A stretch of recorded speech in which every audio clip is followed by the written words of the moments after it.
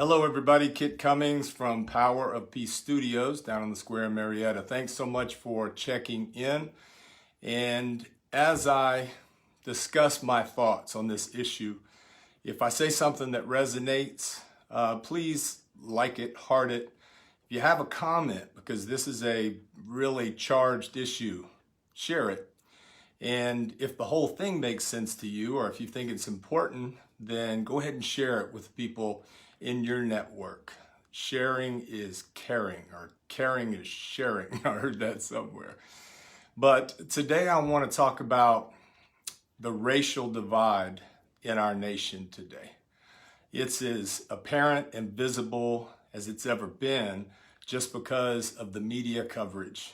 Every time something happens now in the news, everybody sees it. Okay, that was different than times in the past where things would happen and maybe nobody noticed because it wasn't in front of them. This is a leading story, and it goes back a long, long way. This isn't a recent issue.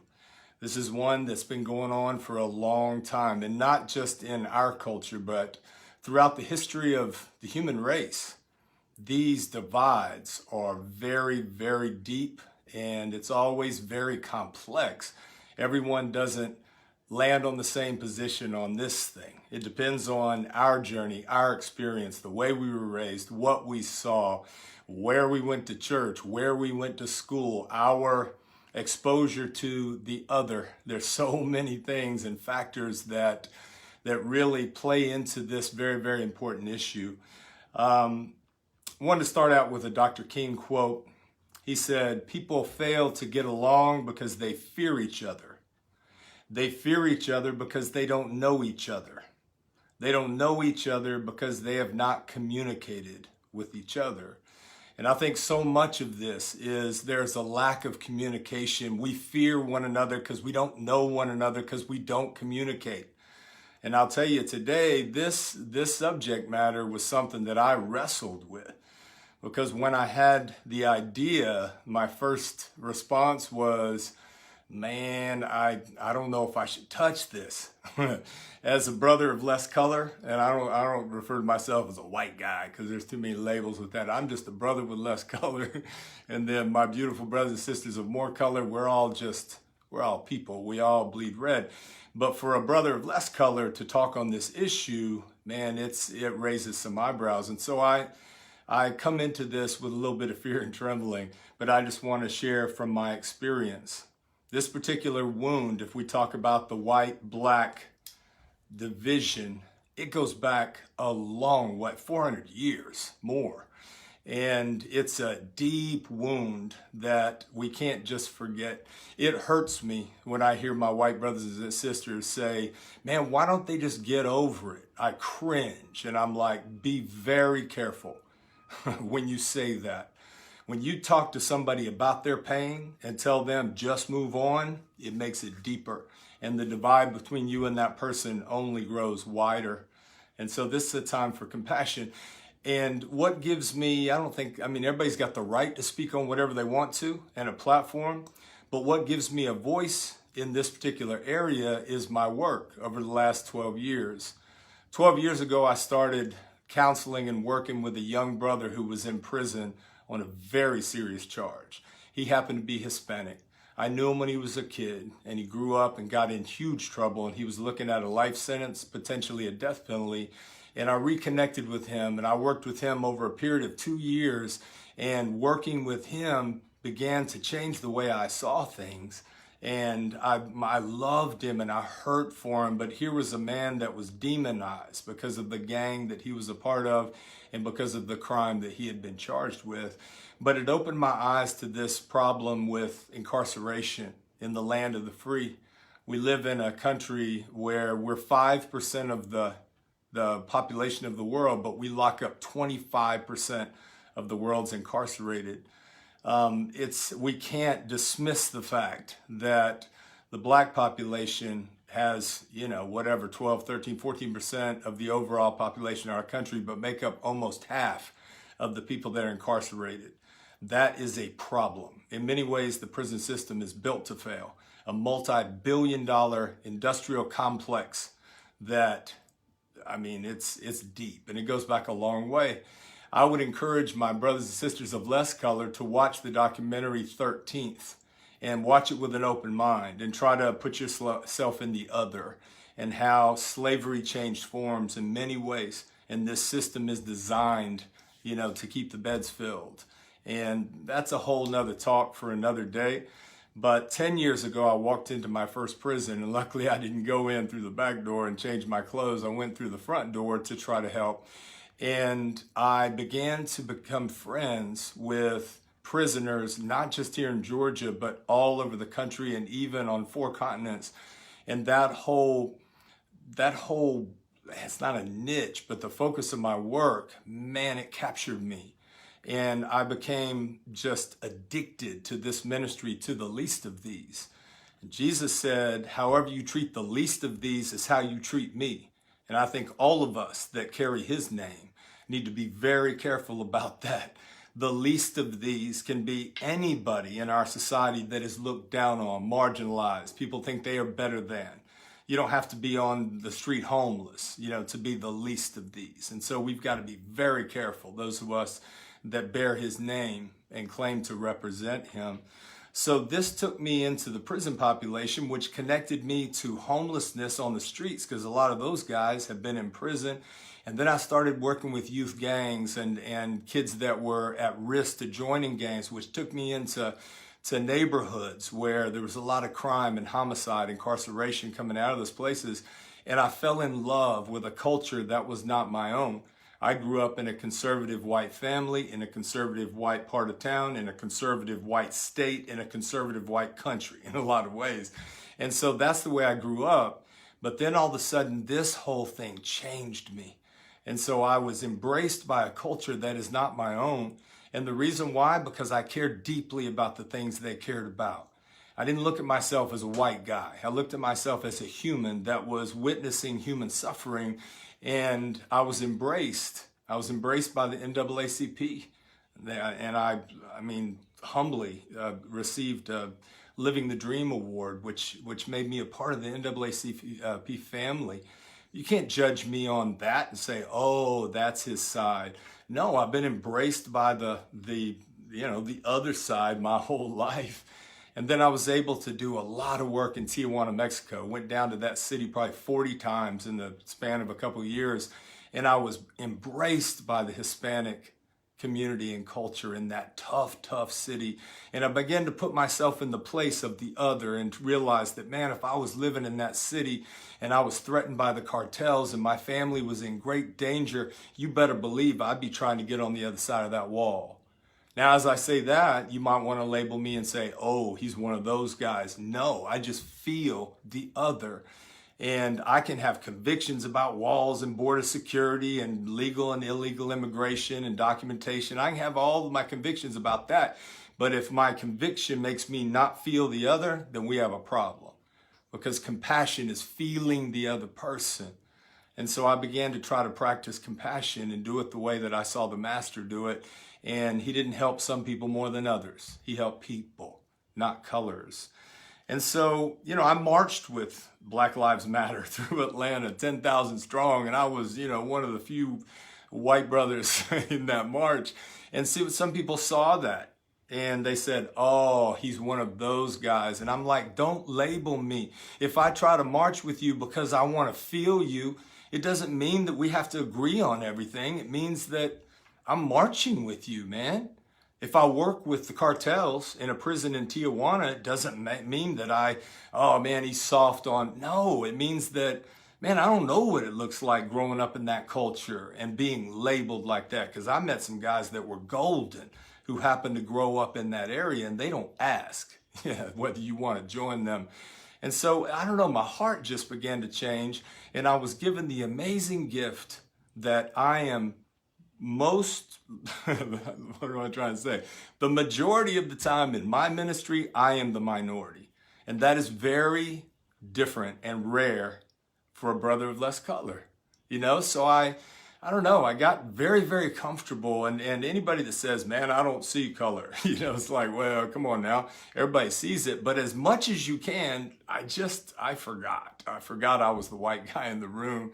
And those brothers embraced me. And I began to develop a heart for the other. The danger is that when something happens in Brunswick, Georgia, and the whole world is now focused on that, it touches the pain of so many people who have lived with that. And maybe things seem to simmer down a little bit, and then all of a sudden, boom, it's a gas, a match in a gas tank. And all of a sudden, all eyes are on Brunswick. But I got to remind you, man, it's like those were two sick brothers that saw a brother of color running through a neighborhood and assumed he must be burglarizing the neighborhood. That is sickness. That's mental illness. And so we've got to keep that separated. But when we start to label the other side like all of them, man, we're in a bad place. The majority of people of less color that I know have a real heart for this. And we're always going to have fools. We got fools of every color, every religion, every race, every political party. We got fools, and we got to understand that. But we don't need to put that on everybody in this nation of ours. Man, it's too important. We got an election coming up, and I know in this world, we've gotten to a place where we're so divided politically where we can't and shouldn't tell people how we vote. Either side, because if you vote the other way, they think you're voting for a person, where a lot of people are voting for ideals and standards. And both sides need to start looking at one another more. We need people on both sides to stand up and start the discussion, but to do it in the right way. I'm going to remind you the principles that I developed working in these prisons is one, seek first to understand. So my brothers and sisters of more color, I need to seek first to understand what it feels like to be them living in this nation during this time when things like Brunswick happen. How does that feel? Man, I've got to seek first to understand the other, find common ground with one another. So the majority of us feel the pain of the other and hurt when something like this happens. But it doesn't seem that way. But we have commonality. We do. It's not, skin color has become the thing. And if we remove labels, man, we feel a lot of the same things if I seek first to understand and find common ground with you. If I walk a mile with you, that's sacred, man. If we walk and talk and you tell me your journey, tell me about your people, where'd you come from? Man, what do you love? Tell me about your life. Now all of a sudden, man, shoot, I'm fascinated with the other's journey. And so we walk with one another, actively listen. What if we could get Congress to do this? What if we could actively listen to the other, to seek first to understand, even if you're not going to change your position? You don't have to, but at least you'll understand the other and begin to feel them. Do you know that our black brothers and sisters feel things very strongly, and they have every right to? I'll never know how it feels to live in a country where we're locking up a huge part of their population, and we're basically, when I'm saying they, people of a different ethnic persuasion, when you see a story like comes out of there, man, it brings up 400 years of pain. And I guarantee you, if I was living in the 60s, I'm already a dude that loves to march. Man, revolution, revival, come on, let's change things. You better believe if I was a young man, 21 in 1968, we had a president killed, his brother killed, Dr. King killed, Malcolm killed. We got a war killing thousands and thousands. It was a turbulent time. Now, if I happened to be a brother of more color, shoot, I might have been a Black Panther. That kind of fits my nature. And so to judge people that are somewhat militant on these issues, I'd be a hypocrite if I did that, because I care deeply about what I believe. And I'm willing to stand up for it. I'm willing to preach for it. So how am I going to hate somebody else and say, man, just get over it? Man, be very, very careful. These are life or death kind of situations. These are things that people will die for. Man, when you touch that, man, that's sacred space. We got to be real careful about that. Then the election coming up, I can't even say this and expect it to happen. What if we just valued the other person and said they've got just as good reason for what they believe as what I believe? I'm not going to hate them because they vote for a man. It doesn't mean that you're a racist if you vote for somebody that you feel deserves that title. It doesn't mean that you're liberal in every area if you vote for that side. But it's a nation of divide. These steps are meant to bring people together if we actively listen, if we compassionately communicate, if we start the discussion like Dr. King said, but it's done with compassion. And I love that about Martin. He didn't use his words to hurt. He used his words to heal, but he was willing to die for what he believed in, and he did. Man, what if we had that kind of heart? We spoke compassionately and we stood for what we stood for instead of what we stand against. We're living in a nation where people are shouting what they stand against, but what the, I almost cussed. What the heck do you stand for, brother? Man, won't you tell me that? What do you stand for? Don't tell me what you stand against. Man, it's a hate nation that needs to be divided. I think I need to be able to admit that I'll never fully understand the other. Just because I've been in 100 prisons and I've marched with people of color or been embraced by the Hispanic community that said I was an honorary Mexican, which I thought was awesome. I can't ever tell you that I can relate to what my brothers and sisters feel, the pain. But also, there's a collective guilt, and I believe that to be true. Growing up white in this nation, there's a guilt that is real because those of us that have a heart, we're ashamed of what has happened to people of color in our country. And if we don't feel that, then man, you got to work that out with Jesus. You know what I'm saying? I mean, it hurts, man. It hurts bad when these things happen. And I've got to be able to understand that I'll never be able to relate, but I want to discuss. I want to sit down at the table and I want to know what you feel. And then I will march with you. I'll walk with you, but I'm also going to march and walk with the other side too, because both of us need to come together. Yesterday, my wife and I were taking our walk that we take at 5:30 with the dogs. And as we were walking along, a young black brother came and he was walking by and he didn't make eye contact. And I was trying so hard to make eye contact. A lot of times I'll say, "How you doing, brother?" Even if they don't. And people, please understand. And I do that with everybody. But I thought just for a second, it occurred to me, man, what does it feel to be that young brother walking through this park with mainly white people? I wonder what's going through his mind with this whole Brunswick thing blowing up. Man, I started noticing people and I thought, what would it feel like if I was walking through town and I felt different? What would I feel like if I was driving a car and I got pulled over and I was scared to death? What does it feel like to have to sit down with a 15, 16-year-old brother or sister and say, listen, if you get pulled over, here's what you have to do. Hands on the wheel, 10 and 2. Don't make any moves. Yes, sir. No, sir. You know that we don't teach our white kids that? This is dicey what I'm saying. I don't know how people are going to respond. But there is a difference, and we have to admit it. But also, to my brothers and sisters of more color, man, those of us on the other side, man, you got to know there's a lot of us that hurt over this, that are devoted to changing this, that are here for you, and we'll begin a discussion, but that collective guilt might keep us silent. And we need to discuss. We need to start this very important dialogue if we're going to come together, because I refuse to believe that this is a situation that we cannot change. I've seen too much. I've seen death row inmates change before they were executed. Friends of mine, I've seen cartel guys that in a Mexican prison become honorable and noble and stand up for their brothers.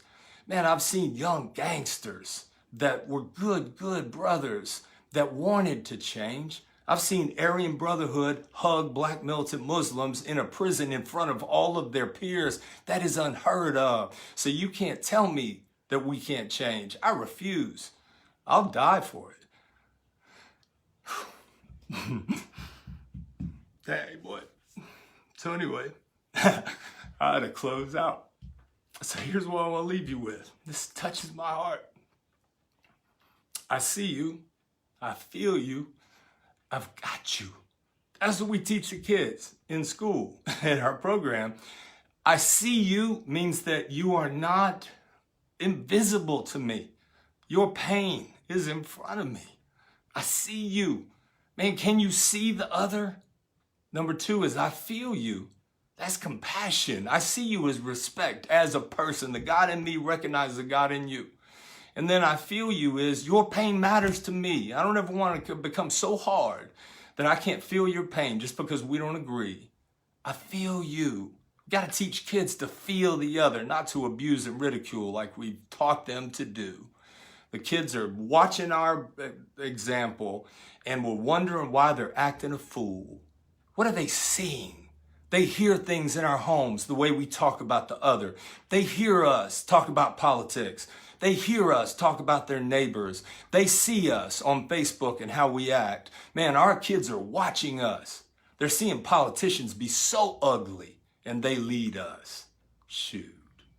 They see all white churches and all black churches. Man, we got to teach our kids. This is a time of great divide. Number three is I got you. I see you as respect. I feel you as compassion.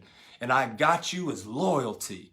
As a human being, I got you, man. Are you hurting? Let me sit with you. Are you marching? I'll march with you.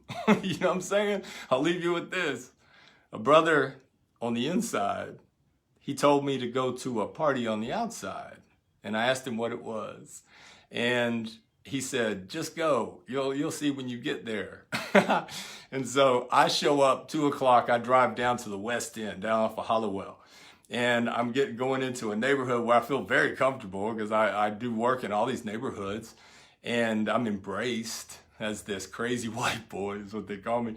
And so I come up on this corner. It's on at a barber shop. And there's just packed with brothers outside. And they're wearing red and blue and black. And they're wearing the fez. I mean, it's just like, wow, there's smoke. They're having a cookout. There's rap, blasting from the rooftops. And I'm like, man, this looks like a gangster party. And so I walk up, and I'm the only brother that looks like me. And I'm supposed to find a guy named Big Mike. And so I go and find the biggest dude there. He's wearing red. So we have Crips, Bloods, GDs, Nation of Islam, and Moors. Okay, we have 5 enemy organizations all in the same spot having a cookout, and everybody's got their colors, right? This is unheard of. So I walk up, find Mike, and he goes, hey, man. I said, are you Big Mike? He says, yeah. And I said, hey, I'm so-and-so's brother. And he goes, man, you know Dre? And I'm like, yeah. He tells everybody, hey, this is Dre's buddy. So now I'm all of a sudden in. So we get all together. We get ready to march. I don't know that there's a march. And so they've got signs, and everything. All of a sudden, Big Mike, who's kind of leading the thing, he starts saying, throw up your signs. And we got all these guys in close proximity throwing up their gang signs. Man, that's a way to get killed. And so they said, hey, bro, you want to march with us? And I'm like, I love to march. And so we get the thing ready. We start marching. Within about 5 minutes, everybody starts yelling, F the police, F the police. And I'm like, wait a minute, man, I'm a peacemaker. So I had to kind of dip out of that. But I don't even think there's a point to this story. I know what it is. People will come together if they have a good common purpose. And these brothers were hurting over police brutality. So am I. Man, don't demonize all police officers because we have some that are fools, that are sick fools. God bless them. But the majority of law enforcement are good people trying to go home to their families. Man, the majority of Republicans are good people that care about things deeply and they go home to their families. People on the left and the liberal side are good people that go home to their families. It's just that we're living in an age with whoever shouts the loudest wins. And that ain't true. We're living in an age where we really believe if you win, I lose. So I got to win at all costs because if I win, you lose and you're my enemy. We've got to understand if you win, I win. If you lose, I lose. More and more brothers of color getting sent to prison. We all lose, man. More and more white people being demonized and treated like we're all racist. We all lose. But if we come together, man, we all win. I'm a brother that's willing to die for this.